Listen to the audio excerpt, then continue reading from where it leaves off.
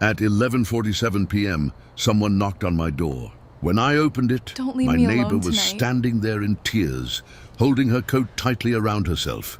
She looked at me and whispered 4 words I never expected to hear. "Please don't leave me alone tonight."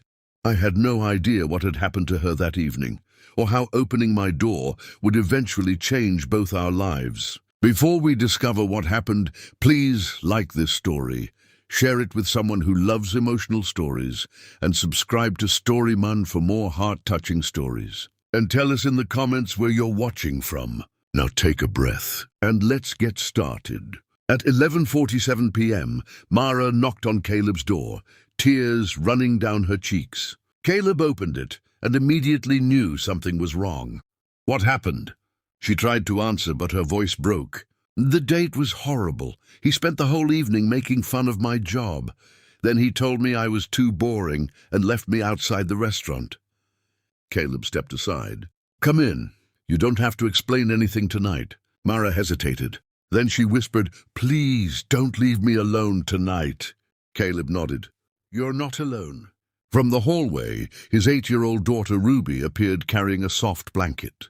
"Daddy," she whispered. She looked sad. Mara wiped her tears. "I'm okay, sweetheart."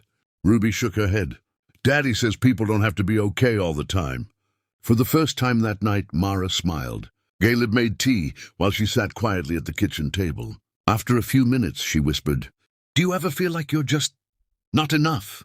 Caleb stopped stirring. "More often than you think." She looked at him. "Then how do you keep going?" He glanced toward Ruby sleeping on the couch. "Because someone I love is watching me." Mara looked at the little girl, then back at Caleb. "She's lucky to have you." Caleb smiled. "I think I'm the lucky one." Mara lowered her eyes. She had arrived at his door feeling unwanted, but for the first time in a long time, she felt safe. The rain continued through the night, but the kitchen slowly became quiet. Mara finally opened up about what had happened. Her date had mocked her dreams, complained that she was too emotional, and told her she should be grateful anyone had agreed to take her out. "I started wondering if maybe he was right," she whispered. Caleb shook his head. "Never let someone else's cruelty become your opinion of yourself." She looked at him for a long moment. "Why are you being so kind to me?" "Because you needed someone to be." The next morning, Ruby handed Mara a drawing before she left. It showed 3 people standing beneath a yellow sun. Mara smiled. "Who are these?" Ruby pointed at herself, then Caleb, then Mara. "You." Mara's eyes filled with tears. Weeks passed. Mara and Caleb became closer, not because either was looking for love, but because they had learned how peaceful it felt to be understood.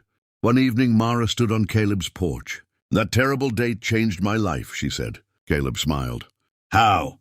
She looked at his house. "Because it brought me here." Caleb stepped closer. "Maybe it didn't bring you to the wrong man." Mara smiled through tears. "Maybe it brought me home. And sometimes the worst nights don't end where we expect. Sometimes heartbreak knocks on one door, only to lead us toward the place where we finally feel safe."